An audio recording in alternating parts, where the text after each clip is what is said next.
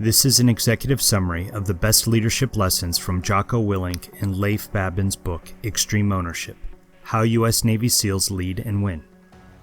As a retired Special Forces officer, my natural tendency is to give Navy SEALs a hard time.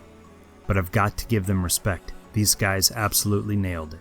They identified and elaborated on one of the all-time most important characteristics of leadership: assuming responsibility, or in their words, taking extreme ownership. I like that the authors illustrate their leadership principles through their experiences on the battlefields of Iraq and also through their experiences as business consultants.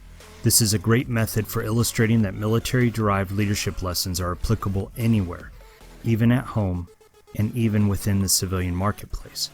Let's get started.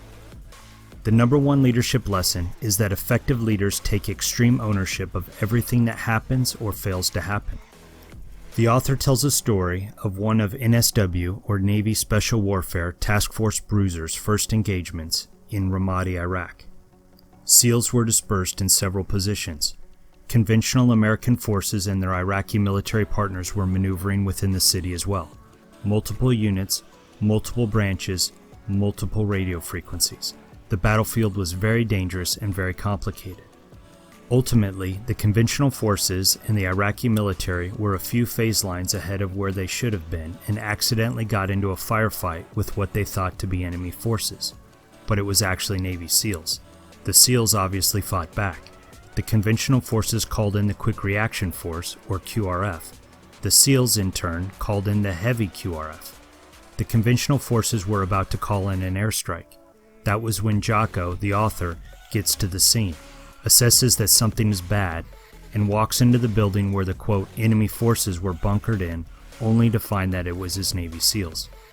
The mission was canceled and everyone goes back to base. Jocko's commander, Master Chief, and the blue-on-blue investigating officer quickly arrive. Jocko assembles his men and does something amazing. He takes full responsibility for the situation.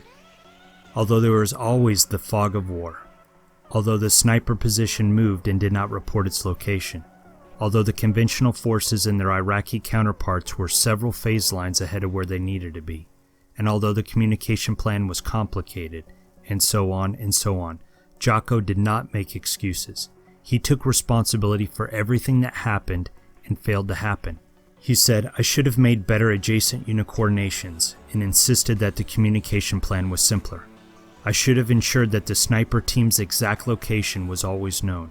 I should have ensured that the conventional forces and their Iraqi partners were at the right phase line at the right time. This is all my fault." Contrary to what you may have thought, the commander and Master Chief did not fire or relieve Jocko. They respected Jocko's extreme ownership of his men and the mission.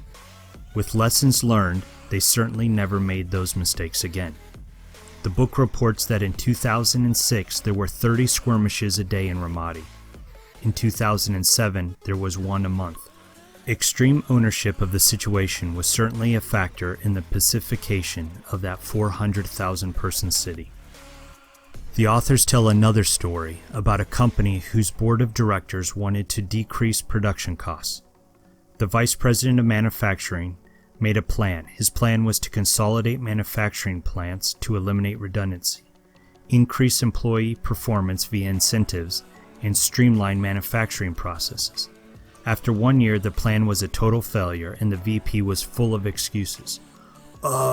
Distribution managers were against the change. Workers did not like the incentivized bonus process. Everyone says if it ain't broke, don't fix it. The market is kind of tough right now. The vice president didn't take extreme ownership of the plan. Jocko gave the VP some tough love and a bit of leadership mentoring. The vice president eventually takes full responsibility for the plan's failure and gives detailed steps that he will take to implement the new plan and ensure its success. The board of visitors did not fire the vice president because he finally stopped making excuses for failure and he took extreme ownership for success.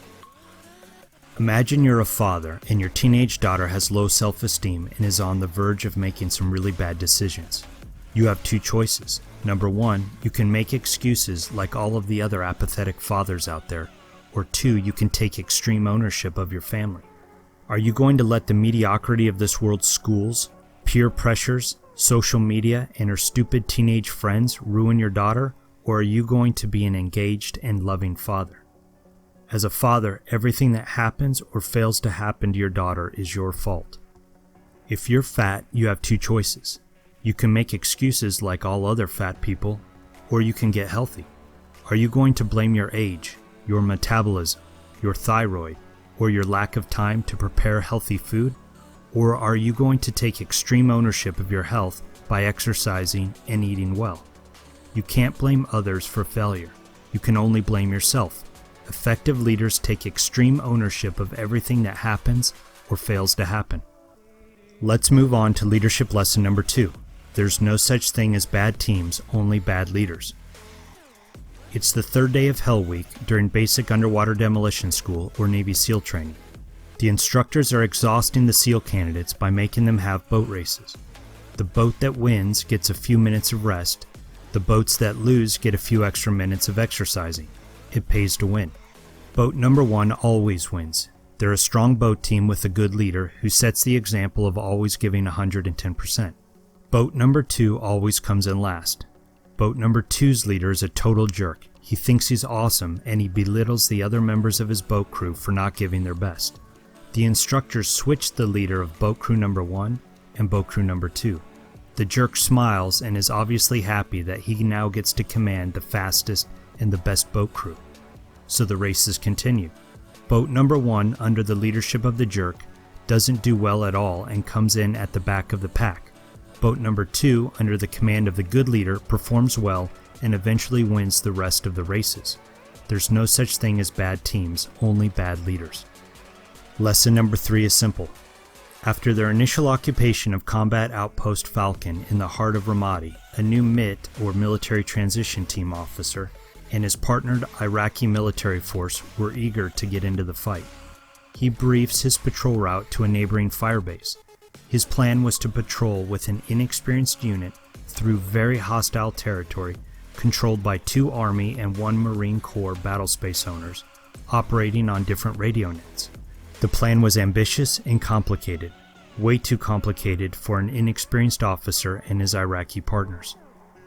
Jocko appreciated the mid-officer's ambition, but tells the leader to simplify his plan. They decide to operate within their battle space and to only have 1 radio frequency. They travel a designated route and they label every building along the route. 12 minutes after they leave the wire, they make contact. A few minutes later, they request immediate CASEVAC and fire support. Had they executed the more complicated patrol, been kilometers from the base, or in a place that uses different radio frequencies and procedures, CASEVAC and fire support would have been impossible and the patrol would have been catastrophic. Complicated ideas, plans, and systems are sometimes appropriate, but a leader can always count on success if his plan is simple and understood by everyone. The authors give a business example of a company which created a mathematical formula for calculating bonuses. The employees hated the new program and they ended up fighting it. The bonus formula made perfect sense to the manager, but the workers didn't understand how it worked or what they could do to get bigger bonuses. The bonus plan was too complicated. After rewriting the bonus plan to make it simple and more easily understood and followed, the productivity of the company skyrocketed. A complicated plan understood by no one will never succeed. A simple plan understood by everyone will always succeed. Leadership lesson number 4. Discipline equals freedom. The book gives an example of how a disciplined procedure decreased the SEAL Task Force's time on the objective and gave them more time to conduct follow-on operations. During forensic evidence searches on the objectives, the SEALs initially used the quote ransack method. This often took 45 minutes. After the Iraqi ministers of justice increased the standards for forensic evidence on the objective, Jocko asked a junior officer to make a forensic evidence collection SOP or standing operating procedure. After a few rehearsals, the ransack method became obsolete. The new method only took a few minutes and was very organized, allowing freedom to operate and maneuver. Having the discipline to get out of bed gives you the freedom to do more in a day. Having the discipline to work out and get stronger gives you the strength you need to more freely operate in your heavy body armor and your helmet. Some teams get so suppressed by discipline that they have no freedom, but if the balance is maintained, then being disciplined gives you the freedom to work, maneuver, and execute. Okay, there you have it, an executive summary of the best leadership lessons from the book Extreme Ownership: How U.S. Navy SEALs Lead and Win. This book was a quick read with solid principles and great stories. I recommend this book to anyone seeking inspiration to be a better leader. Buy it through Amazon or listen to the book for free via Audible. The hyperlinks are below. Thanks for learning. Don't forget to subscribe and to share with a friend who also needs to know this. Life is a special operation. Are you ready for it?